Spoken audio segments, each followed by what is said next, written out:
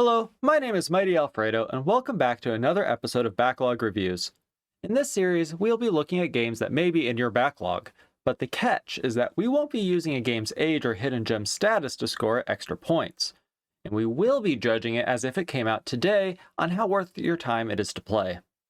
We also will be avoiding major spoilers, so if this game does sound like something you would like, you can go check it out. So without further ado, let's get started.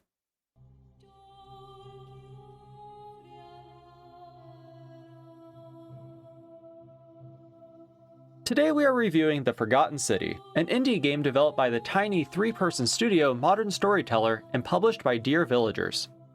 While it was released in July of 2021, it actually has a longer history as it started life as a mod for Skyrim and is still available for download today. The link will be in the description. The mod and the full game are very similar, but they are not identical, so if you enjoyed one, I would recommend you give the other a try. The Forgotten City is a time loop mystery game where you are thrown into an isolated Roman community ruled by the Golden Rule, which is, in short, that should one person sin, everyone in the town will be turned into a golden statue. As to how, why, and what constitutes a sin, I can't tell you any of that without getting into spoilers.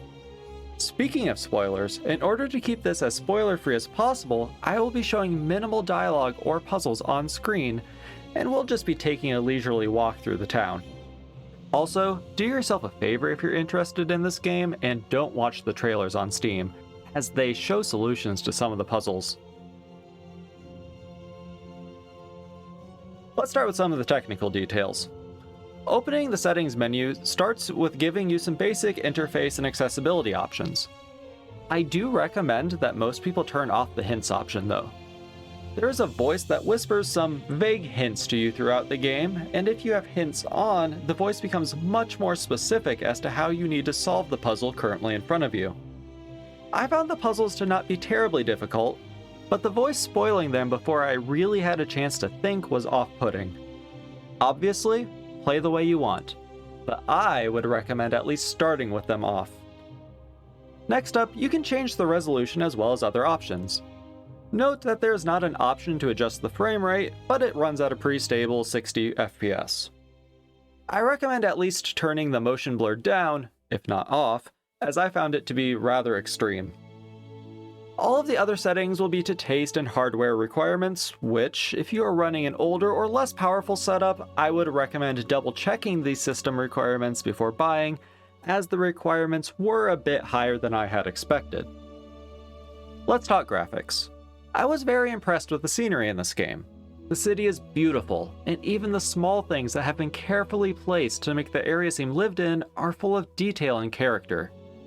It's just a great game to walk around in, and I think that taking a loop or two to do so is practically a must.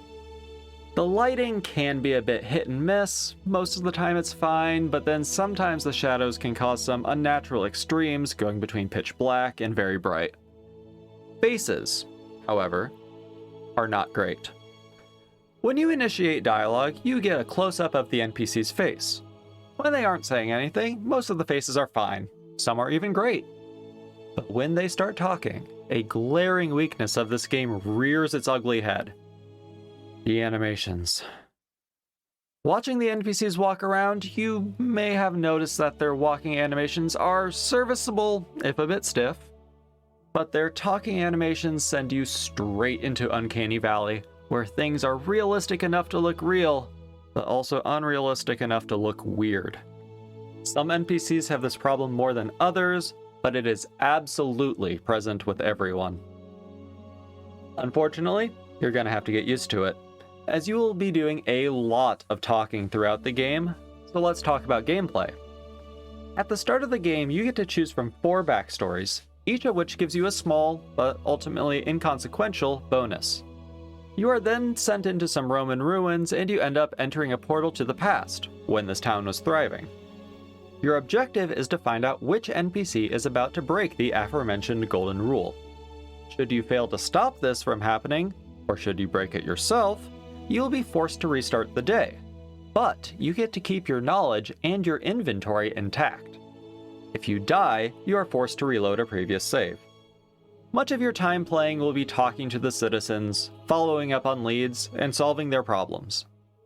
You are given a quest log to help you keep track of these tasks, but even with its help, the number of things you are asked to do can be overwhelming. The good news is that you don't have to tackle these things all at once, as there is no limit to the number of times you can restart the day. And you can always retry the same dialogue options again if you forget what an NPC said. You also have the option to mark one quest as your active quest, which will give you a marker to follow in order to help you track down a specific NPC. This is useful, as NPCs do move around some throughout the day, but as you might expect, they are very consistent as to where they go, so it is possible to simply memorize their patterns. Navigating the city isn't too bad, but you will have to put some effort into memorizing the streets, as you are not given a map. Let's discuss the puzzles. First off, when I say puzzles, I want to clarify that I am not talking about puzzle minigames. If you are expecting to have to order ancient tablets in a certain way, crack a cipher, or demonstrate your knowledge of Roman history, you may be disappointed. The puzzles instead are generally more organic, asking you to figure out what to get, where to go, who to talk to, and what to say. You are also tasked with many traversal puzzles where you need to figure out how to interact with the environment to get to where you need to go. These tend to be repetitive as puzzles once you've figured out how they work, but they do feel very logical and consistent within the world.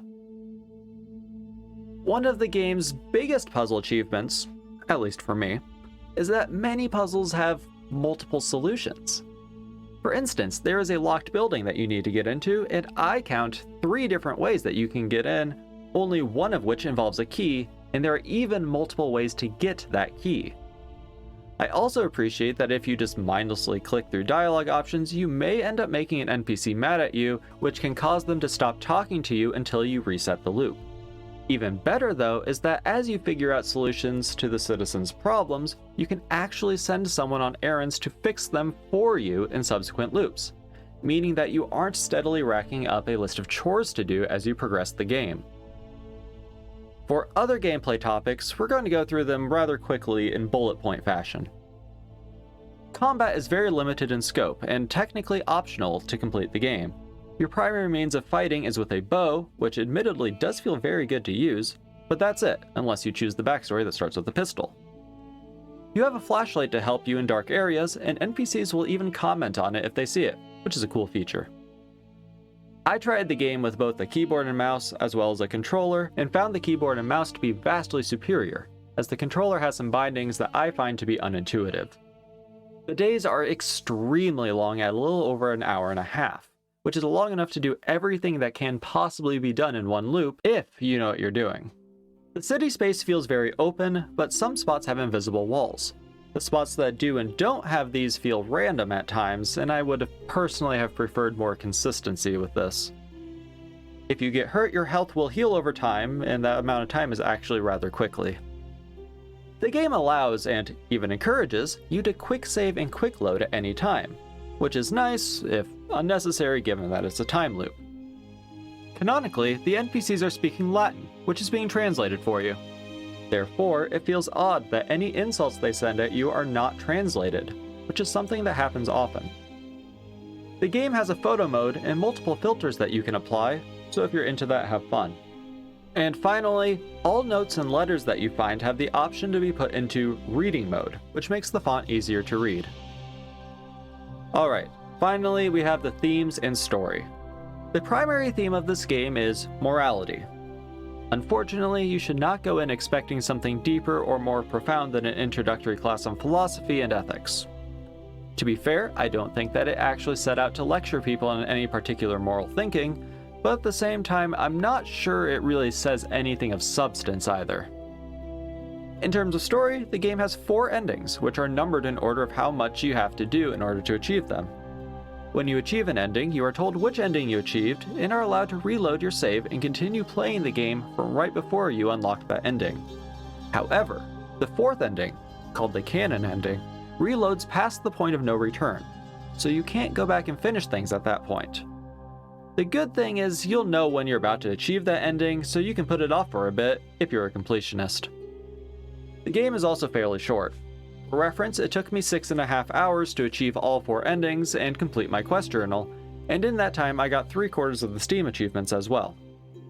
In conclusion, is the Forgotten City worth playing? My short answer is yes. My longer answer is that a better question would be, who will enjoy playing the Forgotten City? My answers to that are people who enjoyed playing the mod version, people who like time loop games, or people who like low-stress games that are more atmospheric than they are difficult. If you like games that have deep mechanics, challenging puzzles, or complex themes, then you may find this game to be largely forgettable, but still a pleasant experience while you're playing. I'm Mighty Alfredo, and thank you for watching this video. Please feel free to leave some feedback in the comments, including any games that you would like me to review. If you think this video was worthwhile, or if you want to hear more, don't forget to like and subscribe. Thank you very much, and have a great day.